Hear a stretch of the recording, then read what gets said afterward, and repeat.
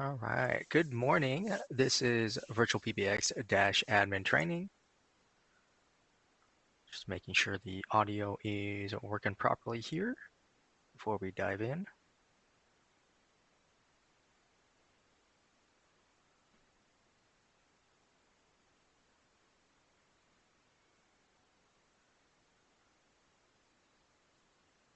And we are here basically every Tuesday at 10 a.m. Pacific. We're going to be covering Dash, basically all of its features. The training takes about an hour and a half, possibly a little longer. Sometimes load times are unpredictable, or I make a mistake and I have to backtrack. But since we're basically at 10 a.m., let's go ahead and get started. We've got our login screen here showing. This is at dash.virtualpbx.com. That's dash.virtualpbx.com. You can also get there from the virtualpbx.com site. There's a little blue bar towards the top of the page, and there's a login link there. To log in, we need your email address that you use to sign up with us or that your admin used to create your user. Your password, which hopefully you got via email, and lastly, the account name, which is typically your company name. Now, if you don't have your password, for example, down here towards the bottom right, just above the sign-in bar, there's a Forgot Your Info link.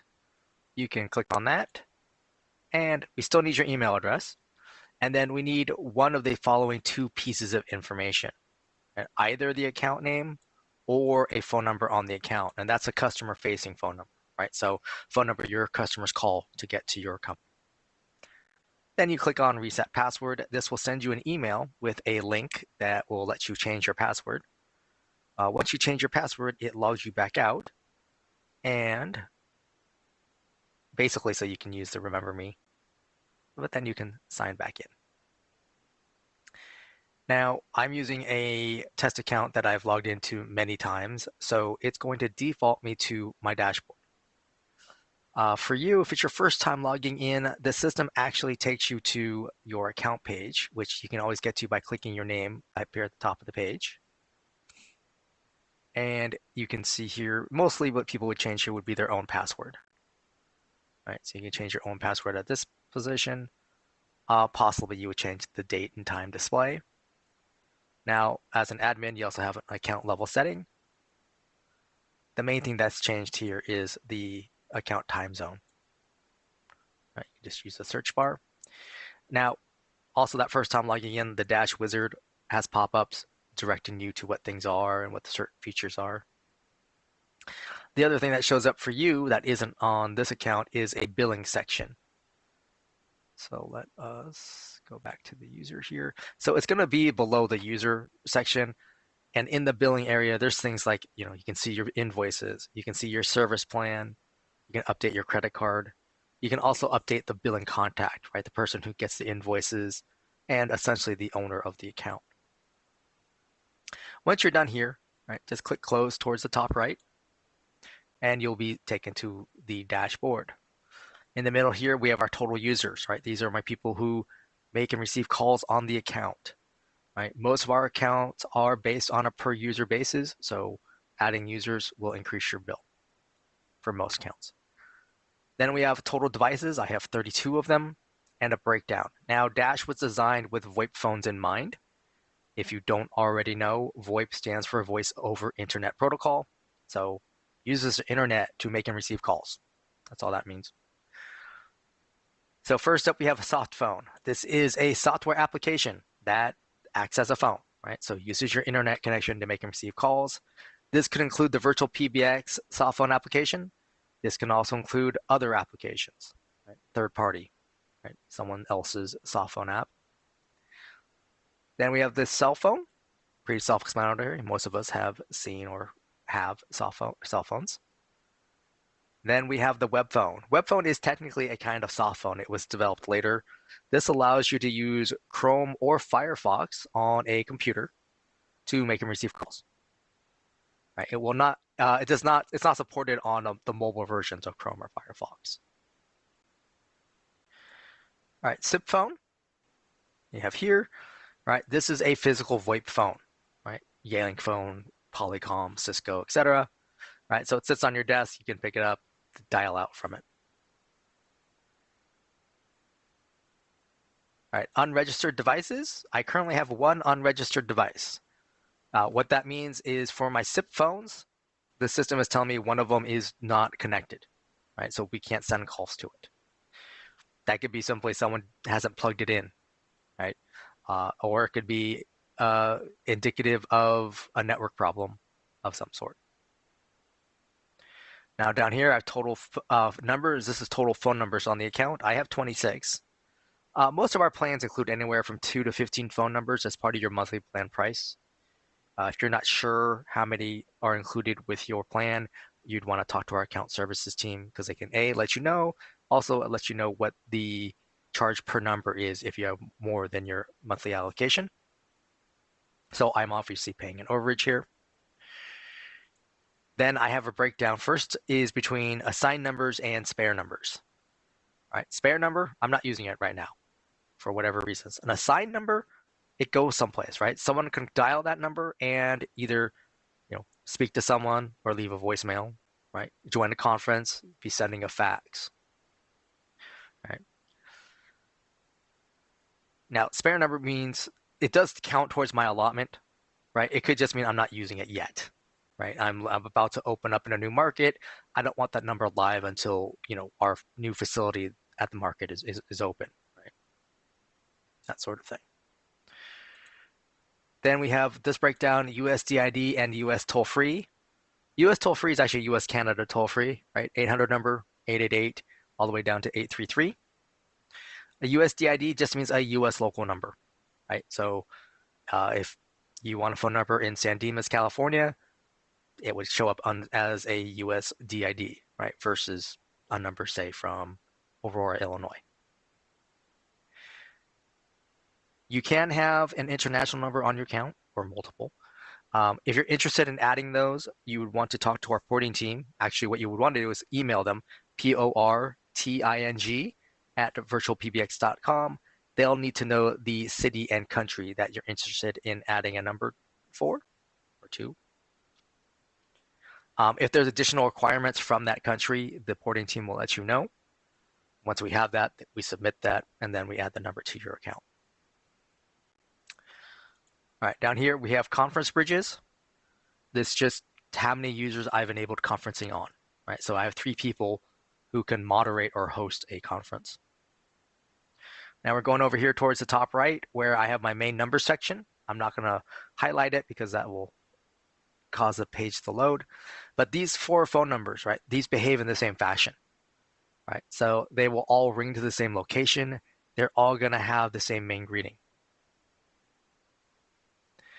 Right, down below that, I have one conference number. Right, this is a phone number everyone dials to get to the conference rooms, whether they're my staff members, my clients, my vendors.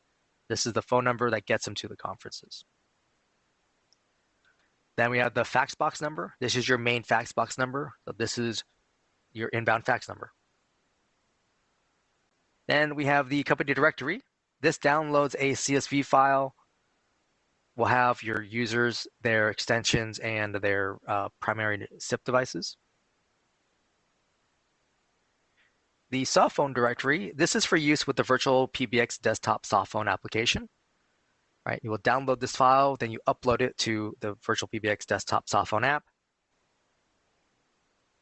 And that will allow you to see the presence or status of the other softphones on your account, right, in terms of the VirtualPBX softphones. So if everyone on your account uses a VirtualPBX softphone as their only device, then you will know who's on a call and who's not. All right, you get a store discount code. So just for being a Dash customer, you get a discount in store.virtualpbx.com. And then the account realm, this is also unique per account. This is used in a couple things. One, it's used to program a third-party softphone. It's one of the 3 pieces of information you need from the dashboard. The other thing it's used for is for faxing out. On Dash, to send a fax out, you actually just create an email like you normally do. In the to field of the email, the plus sign, number 1, area code and phone number that you're faxing to, @ symbol. Then you put in your account realm, attach a PDF or TIFF file, and click send. The system doesn't look at the subject line. It doesn't look at the body of the email, right? It looks at the to field, the from field, and the attachment, and just one attachment per email. Now up here at the top, right, when you click on your name, that takes you back to that account page. For many of you, to the right of your name, you'll have a Dnd toggle, right? Do not disturb. That's what Dnd stands for. If you click on it, it'll turn white. That means calls won't be offered to you, right? If you click on it again, it'll be black with a little gray outline. That means you are accepting calls. The reason I don't have it is because my user is part of an ACD queue, and do not disturb and ACD queues do not work well together. All right, then we got the little question mark icon here. Chat with us. This will open up a chat window, typically in the bottom right of your browser, so you can chat with a support team member. Learn more. This will open a new tab, take you to our support pages, right, so you can see the specific guides of different features. Online store. This will open a new tab and take you to store.virtualpbx.com. Right, you can buy VoIP phones, routers, etc. You could use that store discount code when you shop in the online store. And then the web phone link. This only shows up if your user has a web phone, right? If you don't, you're going to have a blank spot, right? But when you click on this, it will open a new tab, take you to webphone.virtualpbx.net, and allow you to log into your web phone. This 3 horizontal line icon, right, or hamburger icon, because it's the menu icon. This takes you to other features of Dash. We are primarily going to be, in the dashboard, but we will get to these other features. And then we have the logout icon here. All right, caller ID. This is, so this top pull down, which I'm not going to click on because the streaming software doesn't like it, but you can select any of your main phone numbers, right? Then, so whichever number you select here, that becomes your default caller ID for any of your VoIP phones when they make an outbound call. Down here, you have the company caller ID name. This allows you to input 15 characters, including spaces and special characters, that will be updated to the other carriers that support CNAME. So that way, when you make an outbound call, right, we automatically transmit, right, this 408 phone number, for example. And then we'll also try to transmit the company caller ID name. Now, not every carrier call can go through will support CNAME. Usually that's small or very regional carriers. But even if your call routes through every carrier that supports CNAME, right? If for example, you're going to a cell phone, right? You're trying to call someone's cell phone, right? The cell phone carrier has ultimate say what shows up on their phones, on their network, right? They're the ones who put in telemarketer or spam risk, right? They all don't support CNAME. Or if they do, they require their subscribers to pay extra for it, right? I use AT&T, and at least a few years ago, they wanted to charge $10 a month for me to get CNAME to show up on my cell phone. For me, not worth it, so I didn't pay it. So something to be aware of for company caller ID name. Down here, we have company emergency information, or E911. Put in a North American address. Each phone number can have its own E911 address. This also then allows you to assign each VoIP phone to a different phone number for E911 purposes, right? So that way you can have your staff members have the correct address associated with their location. So any changes here, actually, any changes you make, click on Save Changes, excuse me.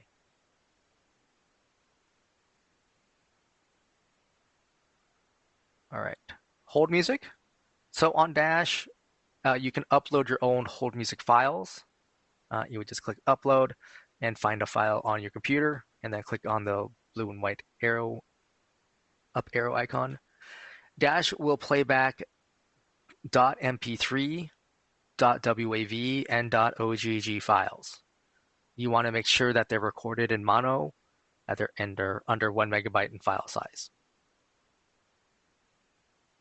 Now, hold music on Dash is defined as after a call has reached a user, and then that user press hold on their VoIP phone. That's when hold music will play. All right, hours is actually part of main number, so we're just going to go to main number. The main number page can sometimes take a little while to load. Just be aware of that. But first up, we have main company numbers. So these are that 4 numbers that we saw on the dashboard page. You can add numbers here by either adding from spare numbers, right, if you have extra phone numbers on your account, or you can buy new numbers. If you buy numbers, you have the option of local and toll-free. Toll-free, you select the toll-free prefix you want to work with and click on search. And the system will populate any numbers that are available. And then you can pick one that suits your needs. Right? And you can scroll down. So we can select this one here. Right? So my cart now has one. It shows the number. I can trash it, meaning I don't want it anymore. I can add multiple numbers at once, right, from the same list. And then you would click on Buy Numbers. Now the system verifies the number is available, then activates it and adds it to your account, and then you see it here. Local number, slightly different in that you need to know the area code. Now, as I'm sure you're aware, there are many cell phones out there in the world, and because of that, some area codes are exhausted. Right? 310 is one of the early Los Angeles area codes, and they're none available. Now, our porting team could attempt to do what's called a back order, meaning we put in a request for once a 310 number becomes available, we try to acquire it. But that means we have to wait, right? And we won't know, our porting team won't be able to give you an ETA on when they'll be able to get one, and they have no say about the number itself, right? It'll just be in the 310 area code in this instance. However, for most of those areas that have exhausted area codes, there's usually what are called overlays, as well as other nearby area codes that were split off from them. So like 323 is a nearby area code, right? And actually 424 is actually an overlay for 310. So you can see I have additional numbers here I can pick from. Same process beyond that, right? Add by numbers, and then it would show up here. Now, if for some reason you decide you don't want to use a number or no longer use a number as a main number, that's why there's this big red and white unassign button. You would just click unassign next to the number. And now it's no longer a main number. Now this number is still on your account, right? So it's going to be a spare number now, so you can use it someplace else. Now, you'll see a little gear icon here. You can adjust the caller ID information for each of your phone numbers, right? In terms of the outbound CNAME, as well as the ability to turn on inbound CNAME, right? So that way your staff members can see company names on their VoIP phones. Here you've got the ability to adjust the E911 for a particular phone number. And then there's also Prepend, which allows you to put text in front of the caller ID that shows up on your staff members' VoIP phones. Right? It gives them a heads up about what the call might be about. All right, so you can say like LA location. So if I add that, then any phone number, any call that comes in on this 323 phone number, when it gets to my staff members on their VoIP phones, it'll say LA location and then the phone number of the person who's calling it. All right, next up, we have the office hours strategy. 24-hour open office, you're open 24/7, right? Otherwise, custom office hours. Then for each day of the week that you're open, you put a check mark in front of that day.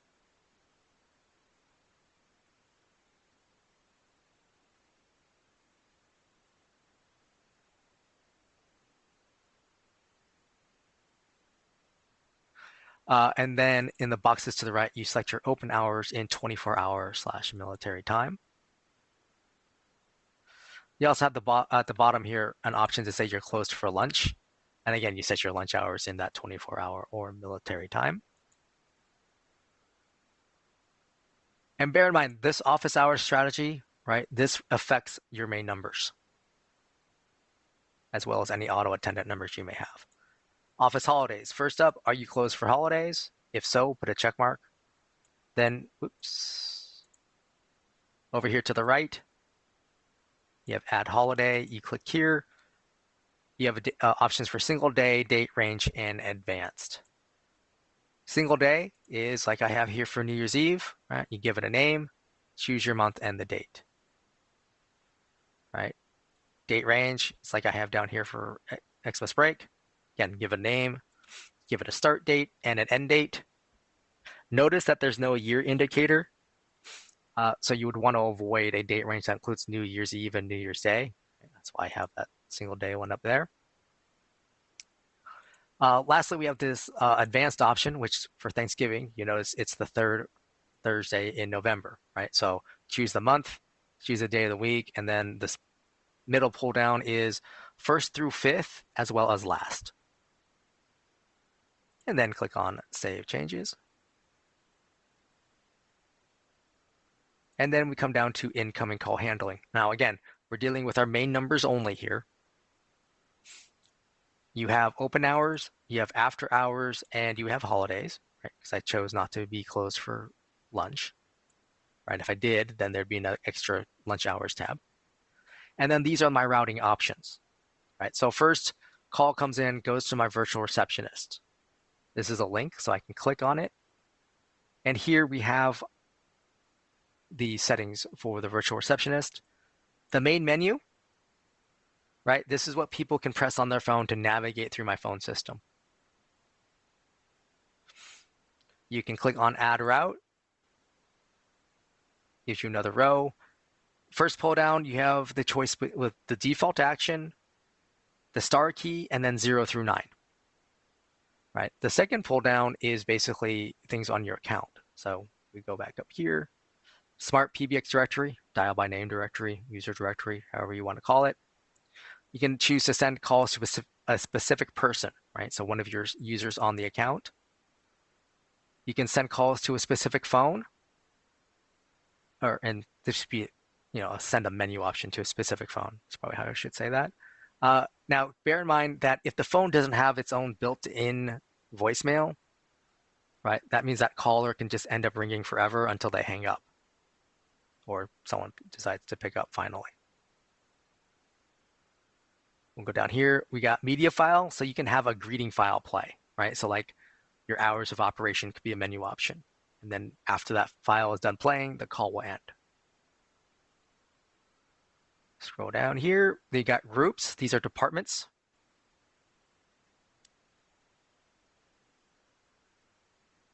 Advanced call flows is if you're making use of multiple auto attendants to do submenuing. And multiple auto attendants is a plan-specific feature. I must have scrolled by it, but there's also ACD queues if you're making use of ACD queues. And then lastly, voicemail boxes. If you don't want one of these routes, you just click on the X to the right of it. Now, over here to the right, we have our greetings and our greeting options.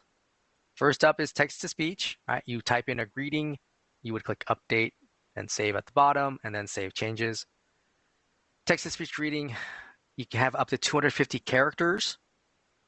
You can sometimes go a little bit over that, but 250 characters is what I've seen work consistently. Over it, once you get to 300 or so, it doesn't always save.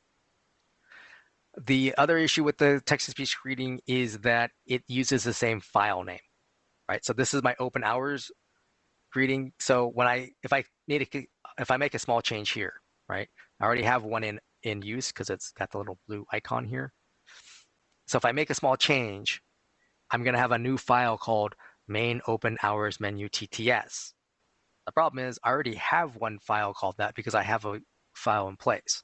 So every time you make a change to this greeting, it saves a new version, but with the same file name. So my recommendation is anytime you make a text-to-speech greeting, after you click Save and Save Changes, go to the Greetings tab, which we'll be getting to shortly, change the name of that file so it's something you'll recognize, right? So that way, if you have to make versions of it, you can get to the right version or go back to the right version if you need to. All right, upload your own file. All right, find the file on your computer, .wav, or .mp3, or .ogg, recorded in mono under 1 megabyte. You can choose from any file you've already uploaded or added to the account. This pull down will show all your media files. All right, then update, save changes. Recorded over the phone. This is so if you want the greeting to have your voice, or you have that friend with a good radio voice. Now, let's take this to default here. So by default, it says pick up a phone registered in this account. What that really means is that it wants you to use a VoIP phone that's on this account. It's a security feature. Now, if you want to use your own cell phone or landline, because let's say you ordered VoIP phones, they haven't showed up yet, but you want to get the greeting in place, then under settings, right, you want this one down here, allow outside recording. You want to turn that on. Right, click on save changes. Now, then you can call in using your cell phone or landline. You're still going to need this PIN number. Now, this PIN number is specific to this time of day, right? Meaning it only works during my open hours, right? So if I called in after 5 p.m., right, this PIN number won't work, meaning I can't change my open hours if I'm in after hours mode, right? I have to be in that same out mode. Now, when you first sign up with us, right, if you called your main number right now without doing any setup, the system will tell you that the greeting for this menu has not been set up. And then we'll prompt you for your PIN number, right? So you can enter the PIN number, then it will walk you through recording a greeting over the phone. On the other hand, if you already have a greeting in place, let's say you've been with us for a couple months, and you're, oh, I need to change the greeting because I'm getting ready for a spring promotion, right? Or Easter promotion, I believe would be coming up for many people. So if you call in, right, you would hear your current main greeting play. You could still enter the PIN number, right? And the system will still walk you through recording a greeting, but it's going to reuse the file name, right? So greeting A is currently playing. That's what you hear. You hit the PIN number. You record a new greeting. The greeting file A, right? The file name stays the same, but you just overwrote the content.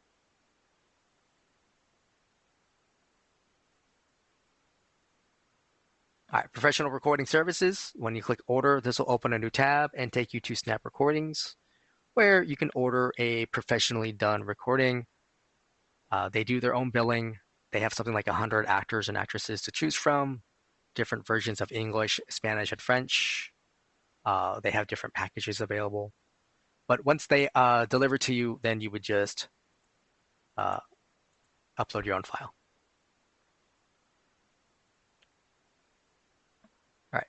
All right, settings. So first up, we have number of retries on misdial, right? This is how many times a person can make a mistake. So right now I'm saying that the inbound caller can make 2 mistakes, which means they're getting 3 total attempts to get it right, right? Because this is retries, not number of tries. Kind of a weird subtlety. But basically, call comes in, and they're going to hear the greeting, right? They can press one of these options, or technically a valid extension number, right? Because I have allow dialing extensions is on. But let's just say they choose 3. That's not a valid option. And actually here, we'll put that back. Right, so the system says not a valid option. After it hears that 3, dialing timeout comes into play. It's going to wait for 10 seconds, basically, to make sure there wasn't an additional digit the person wanted to enter. So after that timeout happens, it says, okay, that's not a valid entry. It replays the greeting again. The person enters 3 again, right? Waits 10 seconds, not a valid entry.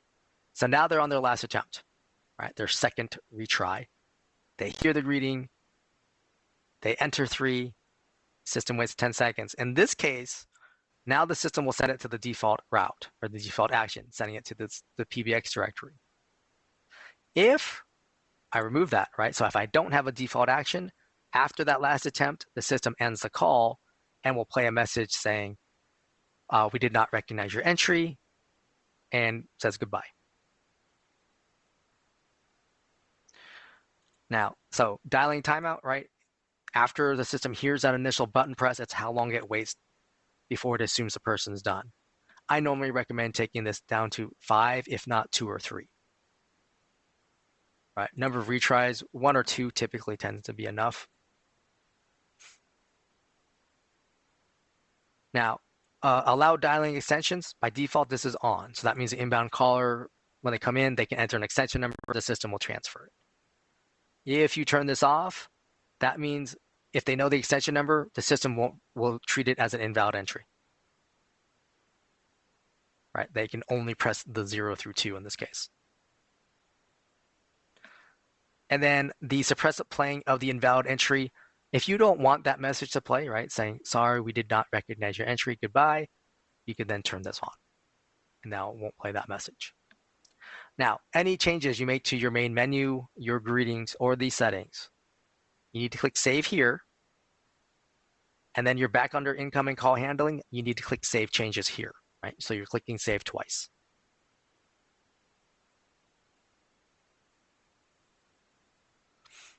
Now, your second option here is your live operator answer. So we have a pull down. You can select users. You can select groups. You can select call queues. You can select a specific device. You can select a media file, but I don't recommend that because basically you're going to have 2 media files play back to back. And groups, and then advanced call flows. So basically, actually here, let's go back down to groups. Right, so if I save it here, what I'm saying is during my open hours, right, calls I'm being offered to my front desk ring group, right, so a group of people. If they're not able to answer it, then the caller would go to my virtual receptionist, right, the one we were just looking at. And then they can enter a menu option or an extension. Right, this third option, I'm offering it to Aaron. If he's not able to pick up, I'm sending it to Josh's voicemail box. Again, pull downs, right? So I can select users, I can select queues, I can select devices, I can select a media file, I can select a ring group, one of my secondary attendants, or I can just say skip it to voicemail. And then this pull down, I can choose whatever voicemail box. Now, this particular setup I typically see more often under holidays, especially the skip to voicemail.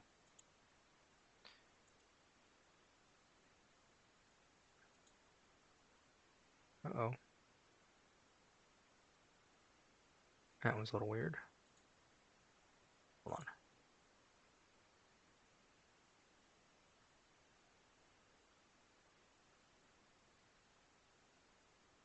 All right.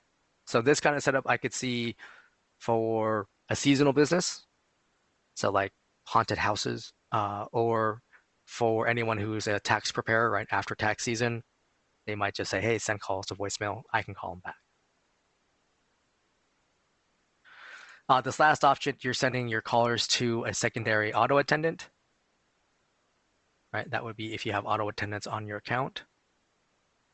Now, each of these tabs, right? Open hours, after hours, etc. They have there's these same basic options.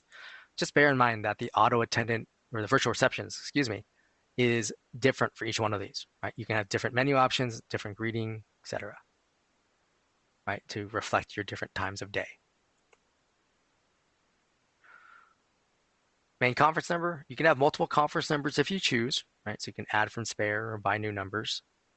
You can do a custom greeting. This is actually just a text-to-speech greeting, but it allows you to say, you know, welcome to ABC Cleaners Conference.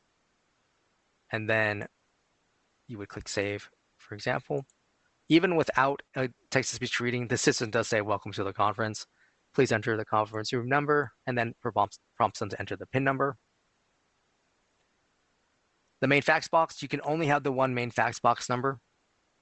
Once you've assigned one, you can edit the fax box. And then here you've got your inbound notification email. So this email address will get an email anytime a fax comes into the account, to this phone number, right? That email on a successful fax will include the date, the time, the phone number involved, and have a PDF attachment. Right? So then you can just double click on it and view it as necessary. Now, if someone dials your fax box number, right, here's fax tones and then hangs up, this email, the system will still generate an email saying there was a failed inbound fax attempt, and that this person will get that. The email permissions, this is for outbound faxing. So you could put a single email address in this box, but it's designed actually to put your company's domain here. So that way everyone at your company, right, who has an email address that ends at your company domain, they can fax out without being a user on your Dash account.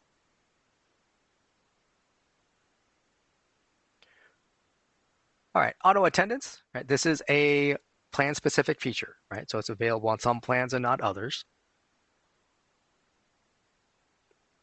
This is the two cases or use cases we typically see are one for submenuing, right? So you want to have like calls come in and you tell the you have a greeting, say, for English, press 1, for Spanish, press 2.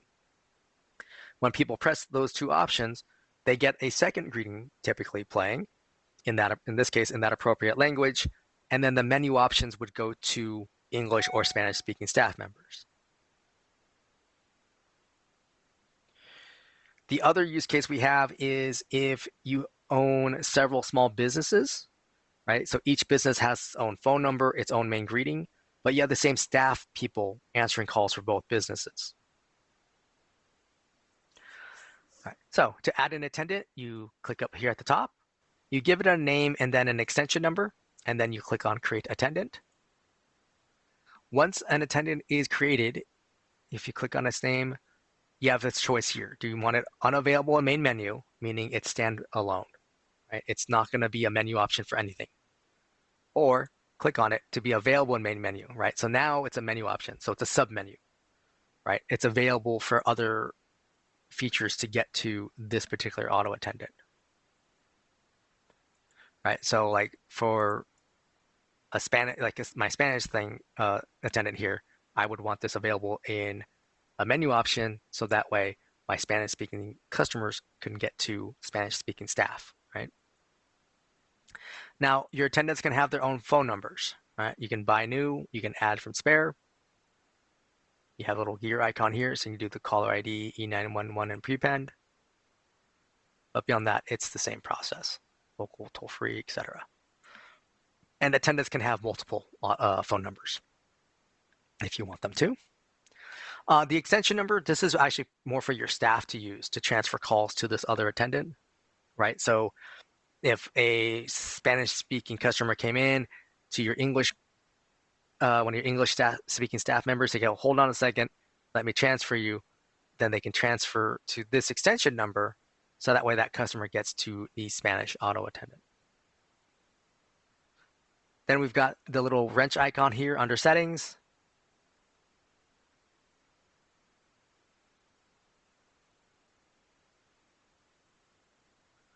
And here you see I have calls going to the virtual receptionist. Now, for your secondary attendants, they can only go to the virtual receptionist. You don't have those other options like going to the live operator option.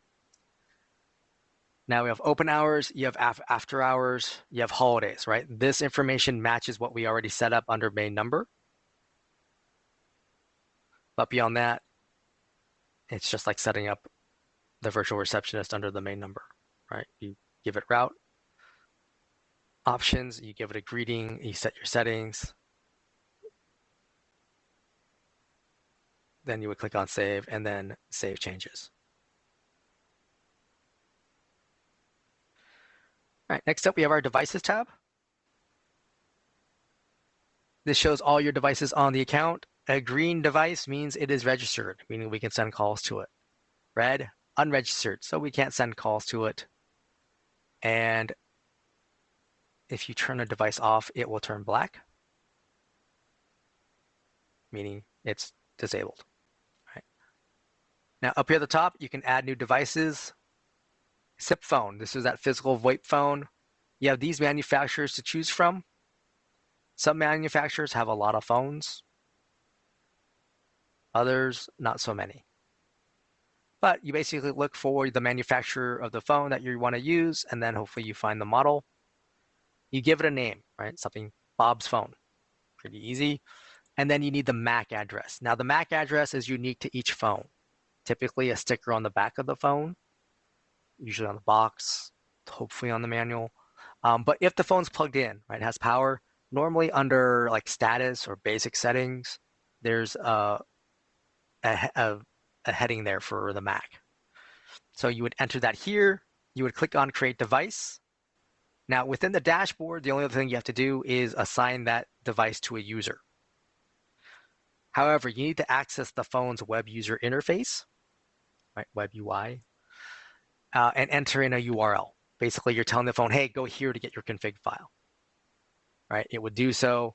It will reboot a few times and then show up as a green device. Now, since there's several manufacturers there, the format for that URL is a little bit different. We have a guide on our support pages called Auto Provisioning Phones. This will have screenshots for these various manufacturers, as well as the proper format for the URL. And usually there's some other settings that we want you to verify, right? But the main thing is it has screenshots for each of the manufacturers, so you know what to look for. All right. Next up, cell phone and landline are the same. You just give it a name, right? Angela's phone, +1 area code and phone number. Click on Create Device. Now, when Dash sends a call to a cell phone or a landline, it's a little bit different than it is to a VoIP phone. So we'll go here. This is a standard setting for a cell phone. So call comes in, we're sending it to your cell phone. It rings. When you pick up the call, you will hear, this is a forwarded call. Please press 1, right? You press 1, you tell the system, yes, you're there. Yes, you want to take the call. It connects the other call, the inbound call to you. You can begin speaking, right? So that's one way to know, hey, this is a work call versus a personal call. Now, if, for instance, you set up a cell phone to instead go to an after-hours answering service, right? It's an automated answering service. Well, that automated answering service can't press 1. So what you would do is you would click on the wrench icon next to the phone. You would click Advanced, and then you would click the check mark in front of Allow Use of Cell Phone's voicemail. So now when we send the call to this phone number, right, we hear that pickup tone, we connect the call. We don't wait for the 1. You won't hear that message for pressing 1. It just automatically connects the call once we hear that pickup tone. The caveat here is if you're actually using your cell phone and your cell phone voicemail picks up, right, that's still a connected call. So that inbound caller ends up on your cell phone, your personal cell phone's voicemail. Some people really want that. Some people definitely do not. The other thing that sometimes comes up is this one, keep original caller ID. So call comes in to the system. We're sending it out to your cell phone. And on your cell phone, you're going to see customer Mary's phone number show up on your cell phone's display, right? And you don't recognize it. You're like, I've had too many of these extending my auto warranty. I'm just going to let it go to voicemail, and I'll hopefully get back to the person later if it's legit. All right. Now, if you uncheck this, instead of seeing customer Mary's phone number, you would see your main company number. What I mean, if we go back to the dashboard, right, the phone number on the caller ID, this 408 number, that's the phone number that would show up on your cell phone. So that would, hopefully you would recognize your company number so you know, oh, this is a work call. You know, unless you're in the middle of something more pressing, usually worthwhile to try to take that call.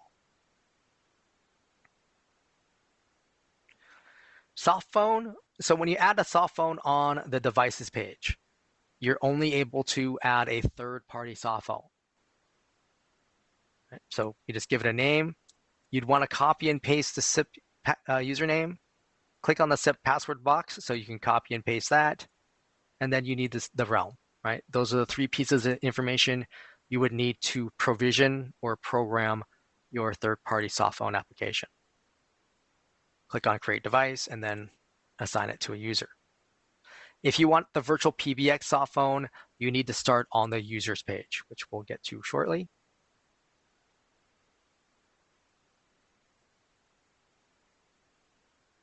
You can add the web phone here on the devices page.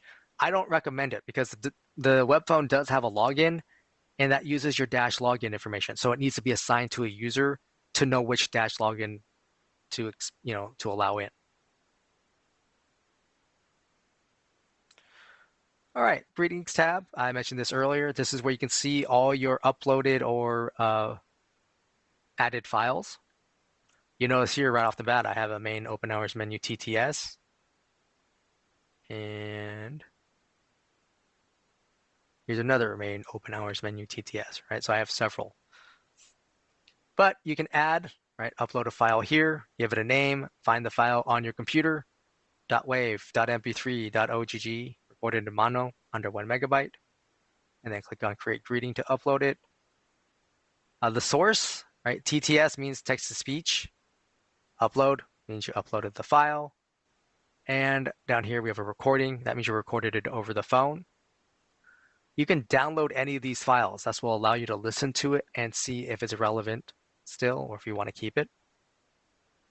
You can click on the little wrench icon. This is where you would change the name of a file as well as get rid of it completely.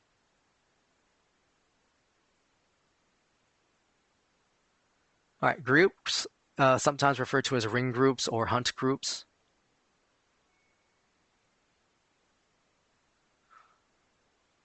To add a group, you click Add Group.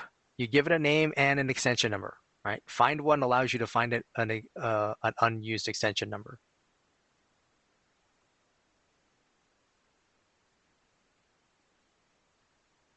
And then you would click and drag the users that you want to be in the group, and then you click on Create Group.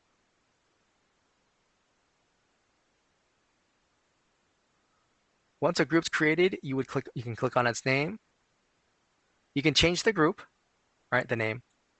And you can also adjust the group calling attempts, right? This is how many times the system offers a call to your group members, right? You got little arrows here to the right, so you can increase or decrease it.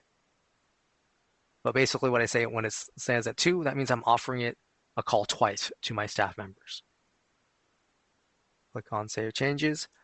Next, we've got the members box here. So you can see that my staff members who are taking calls in this group. Along the top here, these are timestamps. And this last one you can adjust, right? The default is 120 seconds. So right now I'm having calls ring in this order.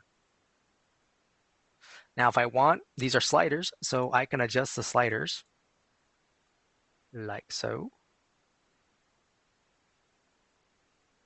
So now I'm setting up what's called blast ringing or ring all, right? So call comes in, it rings everybody at the same time.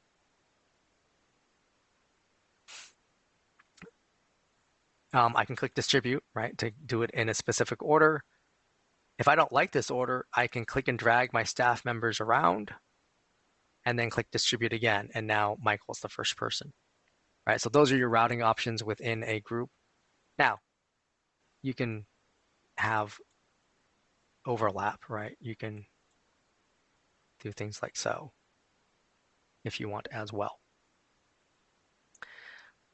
For your group members, they can take calls on any device, right? Cell phone, landline, VoIP phone, doesn't matter.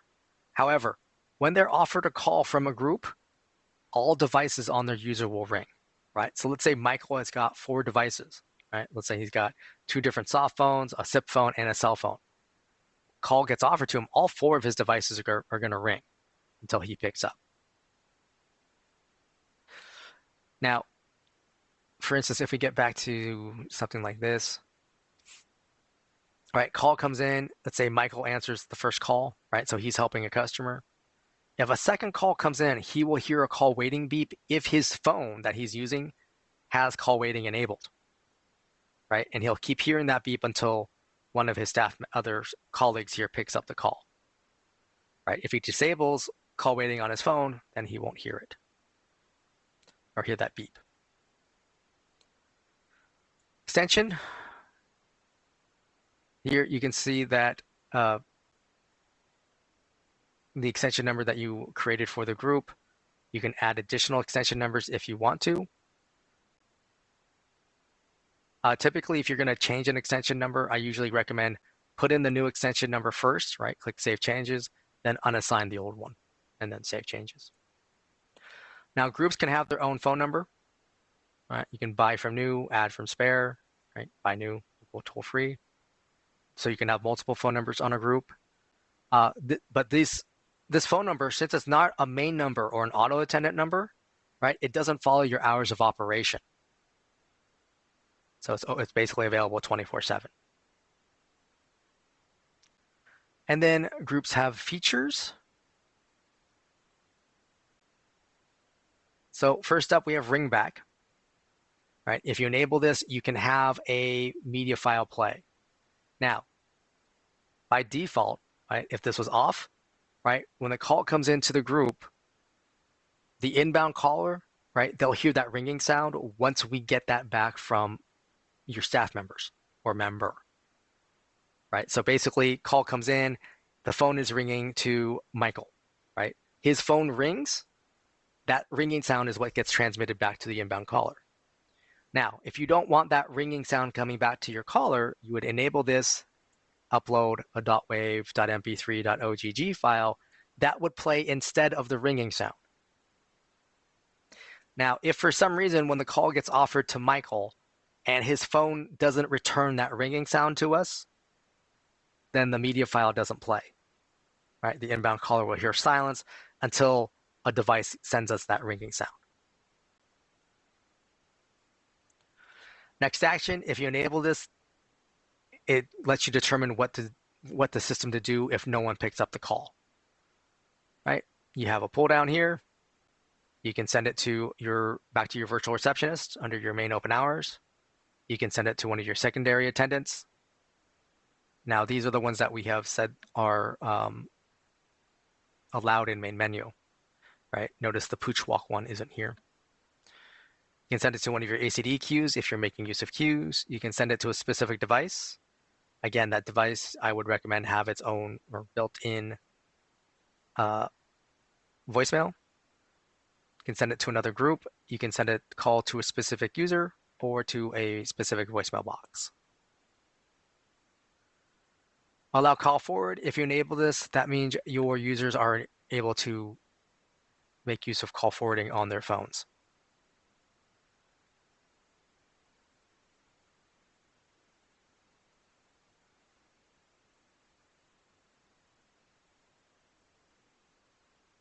And then lastly, caller ID prepend. This is for your VoIP phone users. You can have additional text or numbers show up in front of the caller ID, right? So again, for your staff members who have multiple roles or in multiple groups, this is useful so they know what kind of call they're about to get. All right, numbers. It starts you off with your numbers in use, right? So it shows where your numbers are going. You got the little gear icon here, so you can update the caller ID E911 and prepend. Spare numbers, these are the numbers you're not using. Now, I have over 25 phone numbers. So if I want to reduce my phone bill a little bit, I can click on the box in front of them, and now I have the option to delete. And we'll get rid of this one here, for example. So then I can click on delete. It says, are you sure? I confirm. And now they're removed from my account. So I save a little money per month.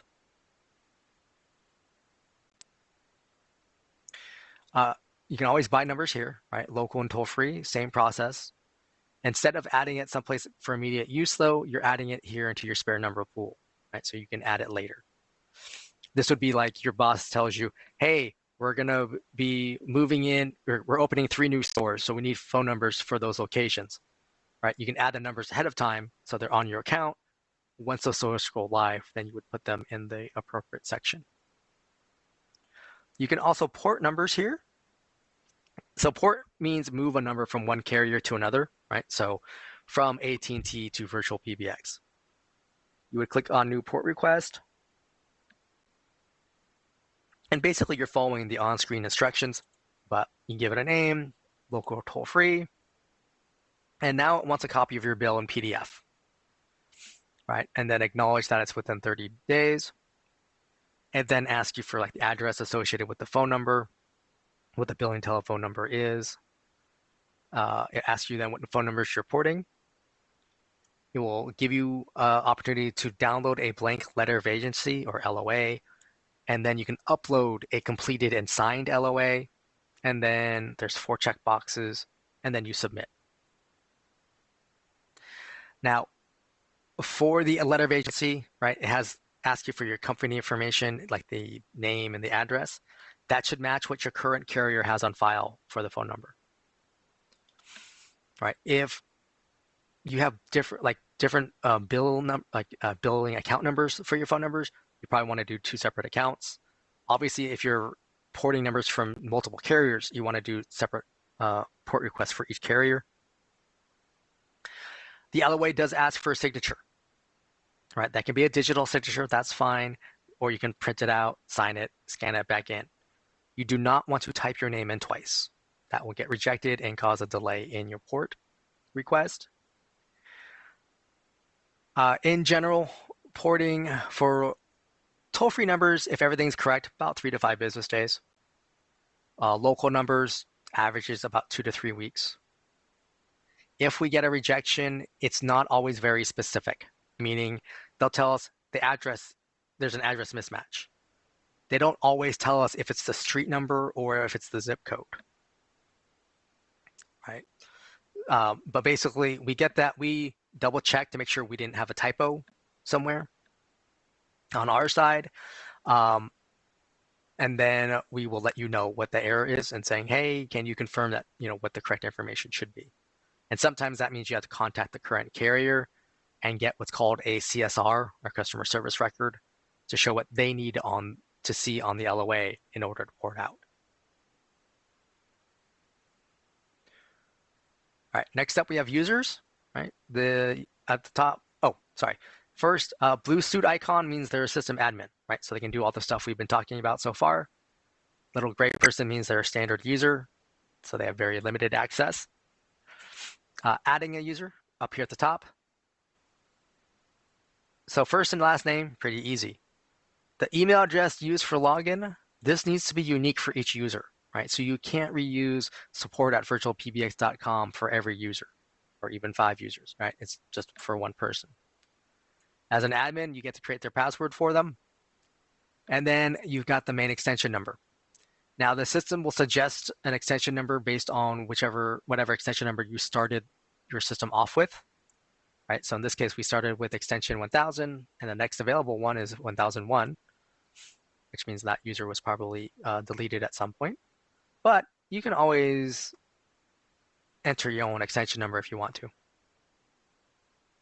And I do typically recommend 4-digit extensions. It makes things easier and gives you plenty of growth.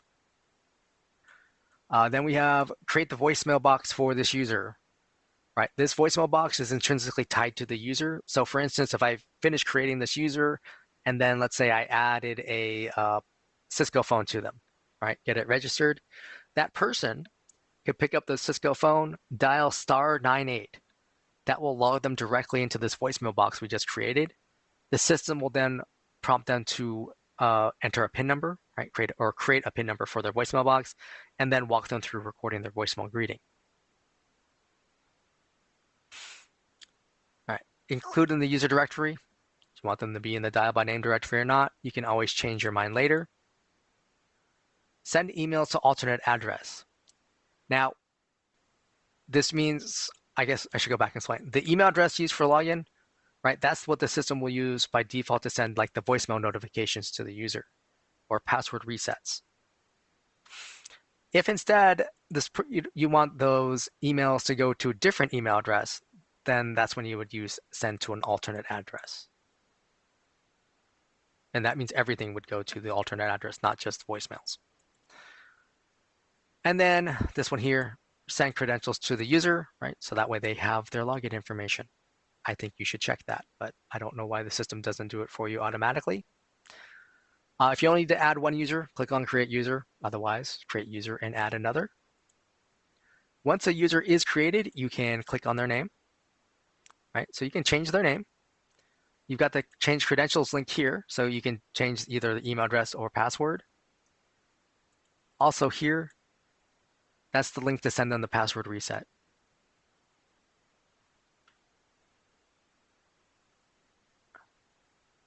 Voicemail box, you can change the PIN number, again, temporarily. You would need to do this for like your cell phone or landline users. Here's your option to send to an alternate address. Here's the company directory option. Over here to the right, this pull down allows you to change a user into an admin or an admin to a user. Here we got the time zone for the user, right? So they can have the voicemail timestamps be correct. This one here is the display language, English, French, German, or Russian. Right? This is for the web pages for that user. Ringing timeout by default is 20 seconds. Now this user has a feature enabled called Follow Me. That's why it's grayed out. 20 seconds, typically plenty of time for a landline or a VoIP phone. If a person is only using a cell phone, you would want to increase this to at least 30 seconds, if not 40 to 45. And that's because it simply takes longer to route a call to a cell phone than it does to, say, a landline. Right? In terms of how PBX system works, right? Call comes in, we then send it out to your device. Right? So when we send it out to a landline, right, goes to a landline telecom, they go, oh yeah, it's right here. They just send it right through. Right? Versus when we send it out to a cell phone provider, they say, hold on a second, we need to find them. Right? They ping the cell phone towers, find your phone, then they say, okay, now send the call through. It's that delay, right, trying to find you, why you would need a longer ring duration for a cell phone user. All right, users, right, have extension numbers. They can have multiple if you want them to. They can also have their own phone numbers. Right, you can add from spare by new, right? They can have multiple.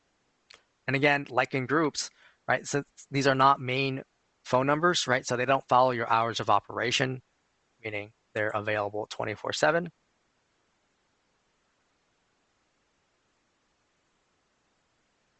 Here for the devices box, right? You can add SIP phone, cell phone, soft phone. You come here, you notice here I have where it's at the bottom here, it says use third-party application. I can click on that. And now it says use VirtualPBX application.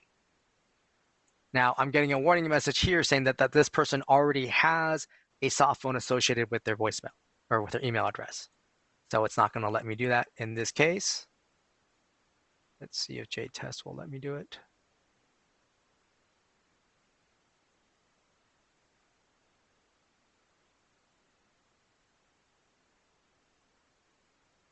Oh, well, so if I didn't have that problem here, you would then give it a name, create device, and then save changes.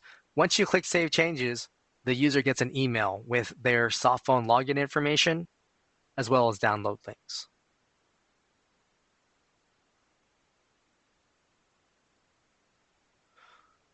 All right, user features.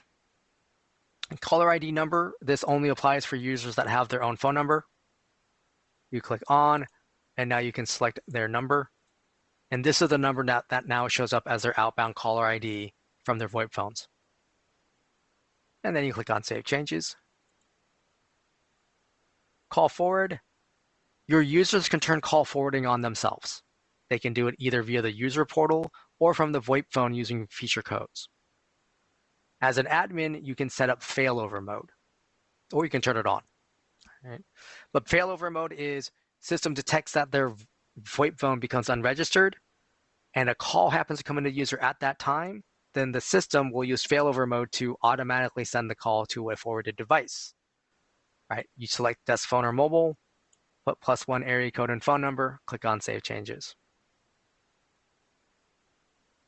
Right? When you turn it on, similar process, right? You just desk phone or mobile, +1 area code and phone number, save changes. Now, if you use call forwarding, that the device you forwarded to should not already be a device on the user, right? So if Aaron here had his cell phone number as a device, right? So if I click on device, new, and I added cell phone, right? Then I put in his name and the +1, blah, blah, blah, right? Then I have no need for call forwarding because he already has his forwarded device as one of his primary devices. Right, so for call forwarding, it should be a device that's not used on a daily basis because if you have it as your normal device, you're going to cause a loop if you forward to, say, your cell phone that's already a device on your user. All right, hot desking. This is a VoIP feature. Comes up more for these days with if companies going to like a hybrid scheduling or shared office space. But you click enabled and then give it a 4-digit hot desk ID. So if you use 4-digit extensions, I just say use their extension number. You can, if you want, you can require a PIN number. That's up to you. Then click on Save Changes. So what this means is Aaron comes into the office on Tuesday. He sits down at desk number 3. He picks up the VoIP phone. He hits *11. That turns hot desking on. The system asks him for the hot desk ID and PIN number if that's been enabled. And then the system will tell him calls will be now sent to this device. So now for the rest of Aaron's day, calls will ring to the phone he's sitting in front of. End of his day, he picks up the handset, he hits *12 to turn off hot desking. Next time he comes into the office, right, someone's already sitting at desk number 3. He's like, all right, whatever. Hi, Felicia, how's it going? Moves on down, and he sits down at desk number 12. Picks up the phone, hits *11, enters hot desk ID. Now calls are coming to him at this phone. All right, voicemail box, right? We enabled this when we created the user. This is fairly standard. The transcribe is a plan-specific feature, so you'd want to check with account services. But basically, it's the system listens to the voicemail and tries to type it out in your email notification to the best of its ability. As it stands, by default, right, will be email out to the user at their email address used for login. They'll have the date and the time, the phone numbers involved, and then they'll have a PDF or a .mp3 attachment, so they can then listen to the MP3 file, right? Just to double click on their computer, they can listen to the voicemail. Now, voicemail boxes can hold up to 100 messages. After that, they are full, and you cannot add more voicemail boxes or voicemail messages to that box until either the user or an admin deletes voicemail messages from the box. If you don't want to have to put up with that, then you can enable this option here, which is the system will delete the messages after the notification is sent. Right? So email or voicemail comes in, system sends email out to the user, then system deletes the voicemail from the system. That means the user can only ever get their voicemails from email. Right? So if they can't access their email or the email didn't get delivered, they're missing that voicemail. Right? It also means they can't call in and listen to voicemail over the phone or use the user portal to listen to voicemails.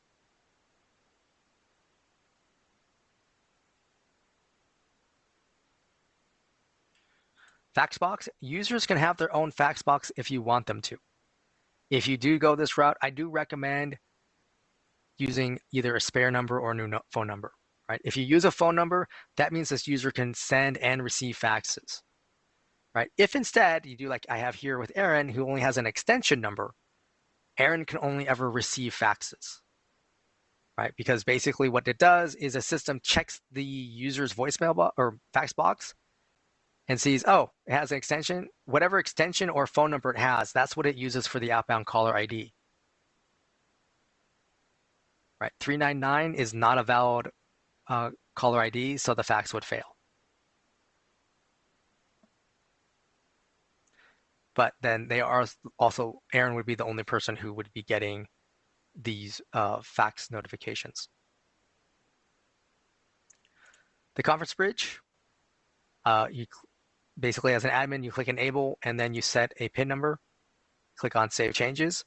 Your user can go to their user portal and adjust their PIN numbers for their for their conference room, as well as some other settings. Follow me. This is for users that have multiple devices. When you first enable it, it looks like this because you have to tell the system which phones are you going to use. Right? So then you uncheck them, and then you'll have sliders. Got a 120-second timer here. You can click distribute. You can click and drag to change the order. You can click and drag and just have it ring for both devices the whole time.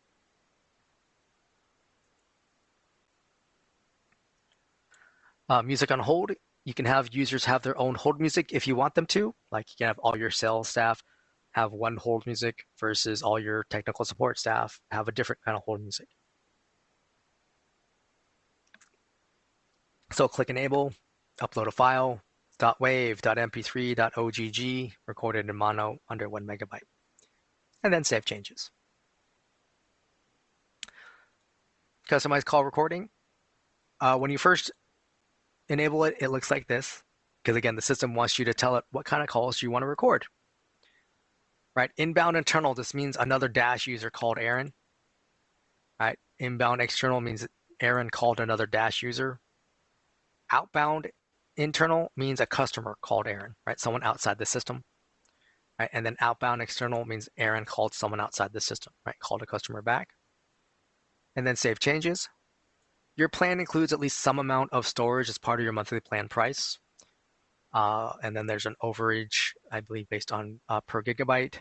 You'd want to check with our account services team to find out what your plan includes. If you have your own AWS account, right, Amazon Web Services, you can link that to your Dash account to have your call recordings stored there versus with us. And do not disturb means you're turning on do not disturb, so calls won't be offered to you.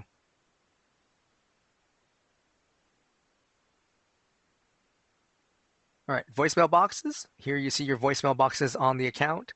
If this third column is populated, that means it's a user voicemail box. You do definitely, it's not recommended to delete a user's voicemail box because you can't tie it back to that user in the same fashion as if when you first created it. Now you can create your own voicemail boxes up here for like your ring groups or your ACD queues, for example.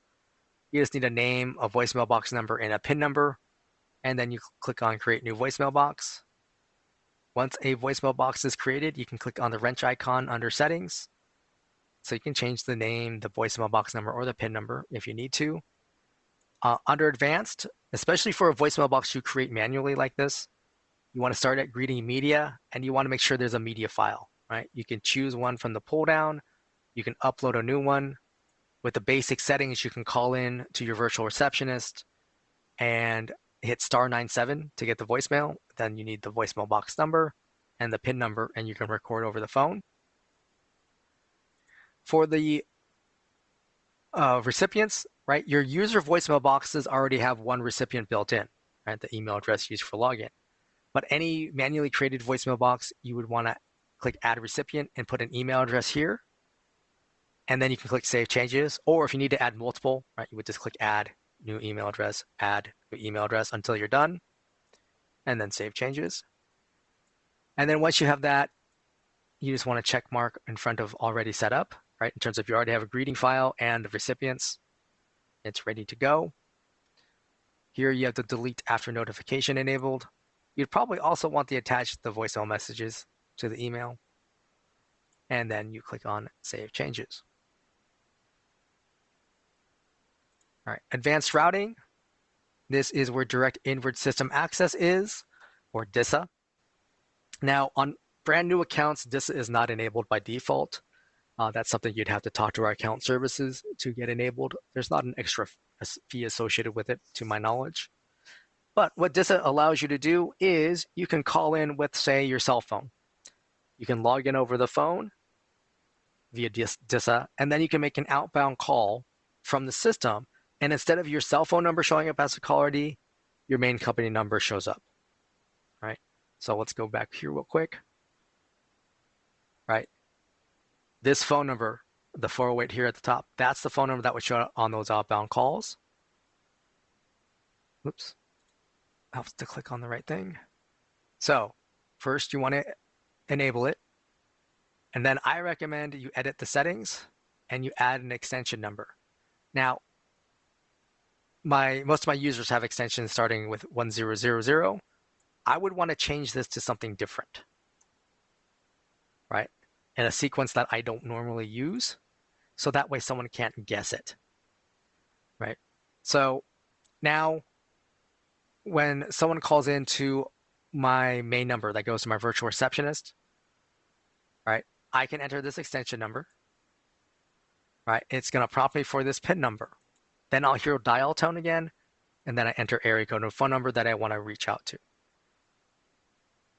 Now, the reason this is not enabled on new signups right off the bat is because if someone figures out your PIN number and or the extension number, if you have that enabled, then a bad actor, right, could make outbound calls on your account and you wouldn't know about it right away. In fact, most people wouldn't notice until their next invoice. Now, the one way you might notice it would be via the call logs, right? Because here you can see your call history, right? Green arrow to the right, that's an inbound call. You can see here, and it went to this soft phone, and that the inbound caller hung up, right? The yellow arrow to the left, that's an outbound call. You can see in this case, it came from a soft phone, right? So it's okay, that's someone using their device, that's fine. And you can scroll down, see more. And this is just for today, right? You can also go to this week. You have the option to download, and that'll be a CSV file, so you can see the details. Here, report a call. This will create an email that goes to support@virtualpbx.com. I recommend adding details about what happened on the call, right? Your experience, so our support team knows what went wrong, right? And what to properly investigate. Generally speaking, right, originated cancel, right? Inbound caller hung up. Normal clearing is what you want to see for most of your calls, because that means as far as the system is concerned, it ended normally, right? No answer, right? Obviously, it means staff member didn't pick up, etc. Now, you also have a custom range, so you can choose your custom date range. You can go back up to 1 year to pull the call logs and download them. Our engineers can go back a total of 18 months, so 6 more months. After that, the call data is lost or deleted. So if you need to have call logs for some kind of compliance reasons, I recommend you do so every month. Just download the files and then you can name them by month. If you have heavy call volume, you might need to do it by a week. Basically, something after a few hundred records, the system will take a long time and may not actually populate properly.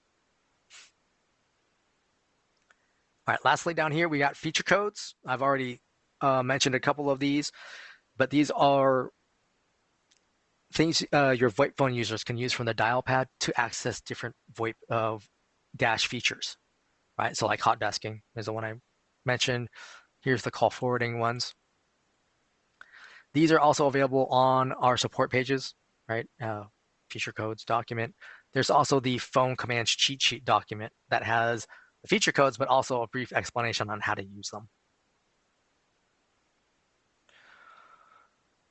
All right, now we're going to go into the menu icon here, and we'll click on Blacklists. Blacklist is an included feature. What this does is allows you to create a list of phone numbers that you are blocking from reaching your account. So you would click on Edit Blacklist here to the right. If you don't have a list, you would click Add. So then you would give it a name, and then you choose, are you going to block anonymous numbers or not? Right, that means if we don't get valid inbound caller ID, then, and you have this on, right, we block the call, right, meaning they get busy tone. Then you put in the phone numbers, right? +1 area code on phone numbers, no spaces, no dashes, no parentheses, right? Just +1 number. And then you click Add to keep adding more numbers. When you're done, you would click on Save, and then you go back to Settings, and you make sure your list is over on the right under Selected. So that means any phone number that's on this block list, right? When they try to call any of my phone numbers, they get a busy tone. All right, faxes, this is your fax manager. You can select your fax box that you want to check for their inbound faxes. You can see the date and the time, the phone number it came from, phone number it was going to, the number of pages. You can download it. You can see some additional details. Right, outbound faxes, similar idea. Is you can see your outbound faxes. If you see one that says failure, you would click on the little details here, and this might give you additional information about why a fax failed. Now, on this Outbound Faxes tab here, if there's a failure here, that means we had a problem communicating with the other fax machine. Like a failure reason you could see is user busy, right? Means we got a busy tone. We couldn't connect, right? So you'd have to try again, that sort of thing. The email to fax logs, this means we had a problem with the request, right? So we didn't even try to reach the phone number. There was a problem with either the email address or the document, right? So you can see who it came from. You can see the phone number they were trying to reach, so you can double check to make sure it's the right format. The date, the time, little eyeball icon here, you can click on that. And you see here, my errors, no valid attachment. So that could be, I didn't include attachment, right? So there's nothing for the system to fax, or I used the wrong kind of document, right? In terms of faxing, PDF or TIFF are the valid document types. Excuse me.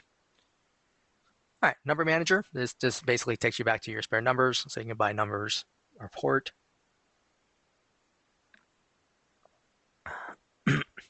Reports takes you to advanced reporting. This is a plan-specific feature. It allows you to create your own reports so you can get a better idea of what kind of call activity you have going. On our YouTube channel, you want to go under videos, we have an advanced reporting demo. I would recommend you look at that to see how that works. Right, but basically this would open a new tab to take you to the reports page where you have to log in. Has a different password than your dash login, and then you would create your own reports. Voicemails, this takes you to the voicemail manager. You would select the voicemail box you want to work with. Right, so someone's voicemail box is full, for example. And you can see, okay, here are their messages. This one's listened, right? So the user has already listened to it. You see the date and the time, where the call came from, the target phone number, right? The number the person dialed into. You can play back the message. You can download the message, right? If you click on the box as an admin, right? So first option, this is how you sort. So if you have a bunch of voicemails, you can say, hey, I just want the new ones, right? Or just the listened ones. You can choose to change the status. And then you also, as an admin, you can move a voicemail to another voicemail box.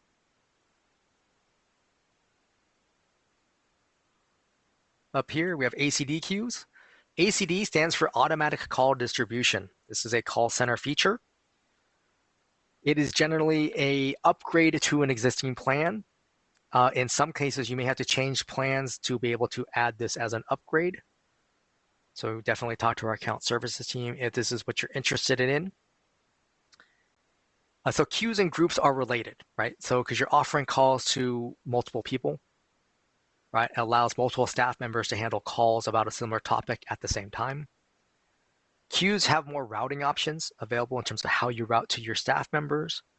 Your staff members have the ability to control their status, right? They can make themselves ready, unready, or end their session in a queue. In a group, if they're assigned to a group, they're in the group, right? Their only way to not get calls in a group is to put Dnd on, which means they're not getting any calls whatsoever. Whereas in a queue, right, you can mark yourself away from the queue, so you're not getting calls from the queue, but someone else can still call your extension directly. Now, currently in queues, you can only accept calls with a VoIP phone, right? SIP phone, soft phone, or a web phone. Whereas groups, right, you can take calls from cell phones, landlines, or VoIP phones.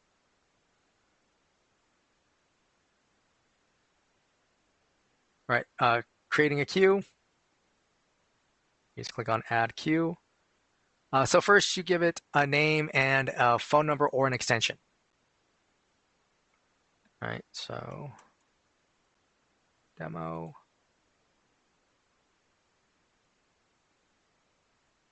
Now, the difference there is that groups could have both a phone number and an extension. All right, here you have to choose one or the other. Now we have the queue configuration. First up is the routing strategy. Hold on, does not work. You have round robin, which equalizes out over time.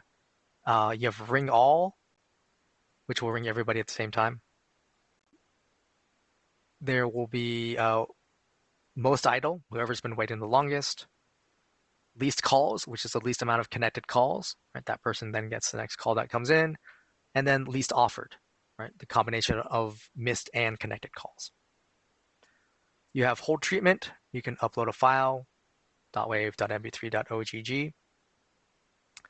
Queue timeout. This is how much time people can wait on hold. The queue call limit. This is how many people can wait on hold.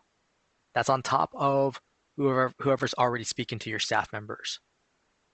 So if you have 0, that means you have no limit, or you can limit to like 4. Then we have timeout immediately if empty, right? If I enable that, that means if I have no staff members logged into the queue, the system will treat any inbound caller that comes in as if they hit this 3,600 seconds. Speaking of that, the escalation call flow after timeout. So after that 3,600 seconds, where do you want them to go, right? None would end the call, right? Otherwise, you would send it to a person, to another auto attendant, to one of your ring groups.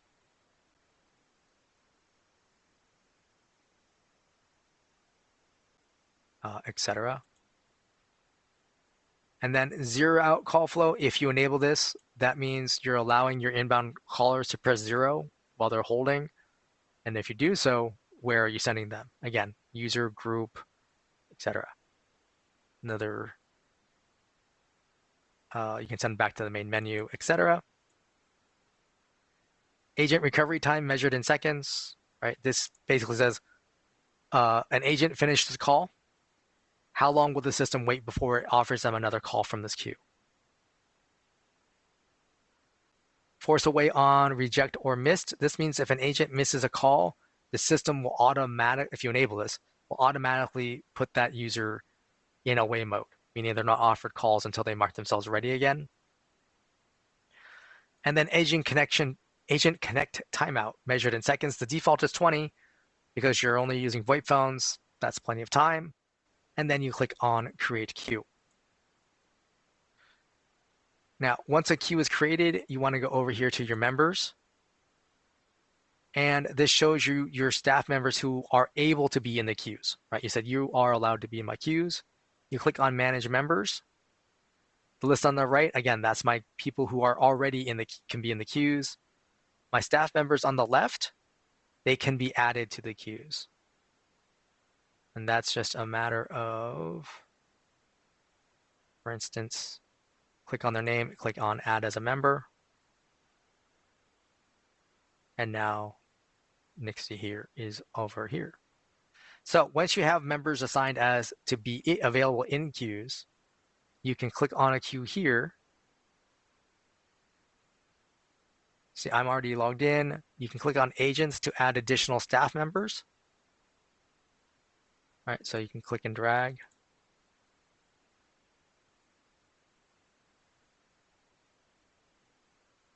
And then once you have agents assigned, you can choose who's going to be a manager, right?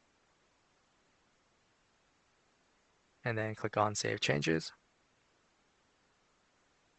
So for your staff members, right, when they log into the website, they would come here to queues. Let me end my session here. So beginning of their day, they click on Begin Session. Now, especially that first time they log in or anytime their VoIP phones have changed, right? They want to click on the little handset icon here and they need to select their VoIP phone that they want to use. You do not want to use select all. That sometimes causes problems. All right, click on the handset again, and then now mark themselves as ready. So now I can take calls that come into this queue. All right, when I go to lunch, I mark myself away. All right, end of my day, I would hit end session. So green means I'm ready, right? Ready to accept the call. If I'm dark blue, that means I'm on a queue call, right? I'm speaking to a customer. If I'm light blue, that means a call is being offered to me. right? Red means I'm away. Yellow means I'm on an external call, meaning a call outside of the queue, right? Someone called my extension directly. I called a customer back, right? And then gold means I'm on a wrap-up time. Now, we also have ACD Queues Pro, which has a performance icon here so you can compare agents to each other. You have more hold treatment options on the Pro queues, right? You can have multiple like music files play. You can announce their position in line, etc. The Pro queues also allow managers to eavesdrop on a call, right? Whisper to their agent, as well as barge in, right? Essentially take over a call. We do have a demo on the YouTube channel, ACD Queues Pro demo. So I'd suggest taking a look at that so you can compare to what you just saw here. Dynamic caller ID. This is also a plan-specific feature. This allows you to create rules to change your outbound caller ID for your VoIP phones. First one here, right? I've named 408. I'm saying, hey, choose this 408 number to display on my VoIP phones. And what I'm saying is, whenever my VoIP phone users dial a 408 area code phone number, this is the number that shows up automatically. Doesn't matter where my VoIP phone users are. Right? The alternative here is this one here, where it requires a little bit more work for my staff members, but I can basically direct them whenever you're calling someone in the Los Angeles area, pick up your VoIP phones and start with *550, right? Then enter the phone number you're dialing. That tells my system to automatically change the outbound caller ID to this 323 phone number.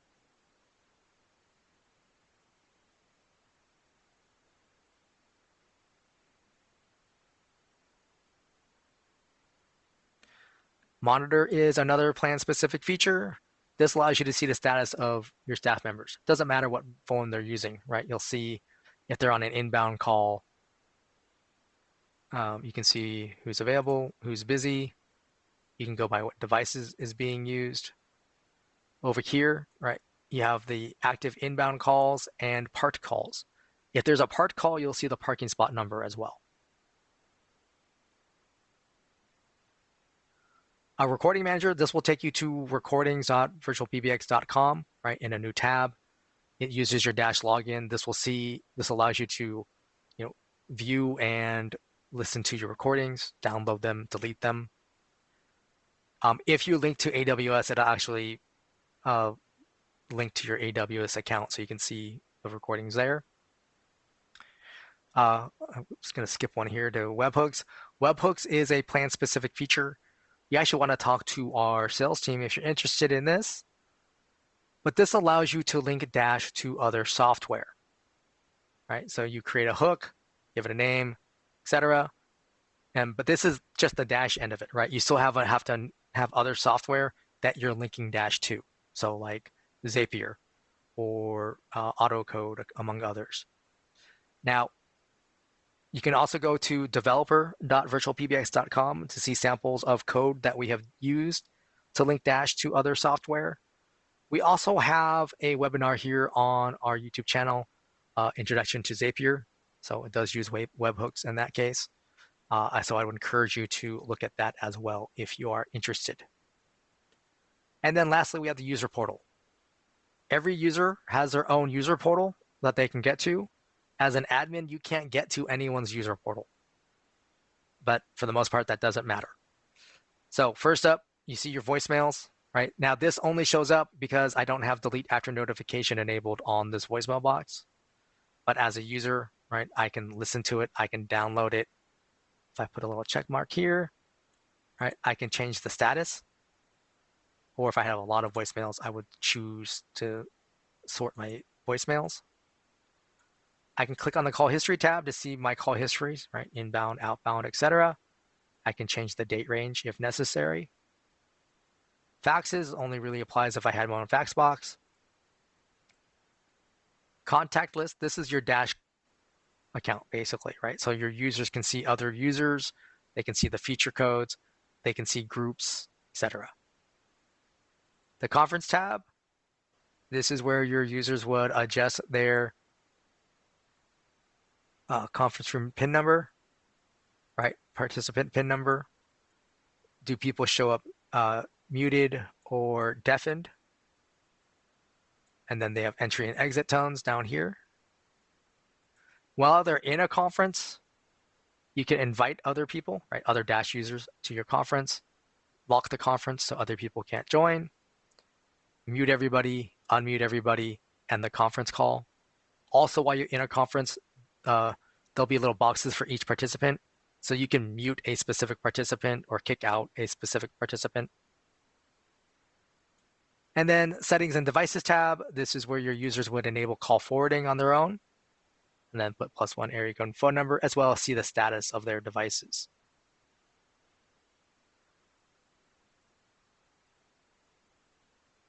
All right, that is everything. And I don't see any questions in our chat. So I thank you for your time today. As I said, we'll be here every Tuesday at 10 a.m. Pacific. And again, on our YouTube channel, you can check out the advanced reporting demo, the ACTQs Pro demo, as well as the introduction to Zapier demo or webinar, excuse me. Beyond that, I thank you for your time today, and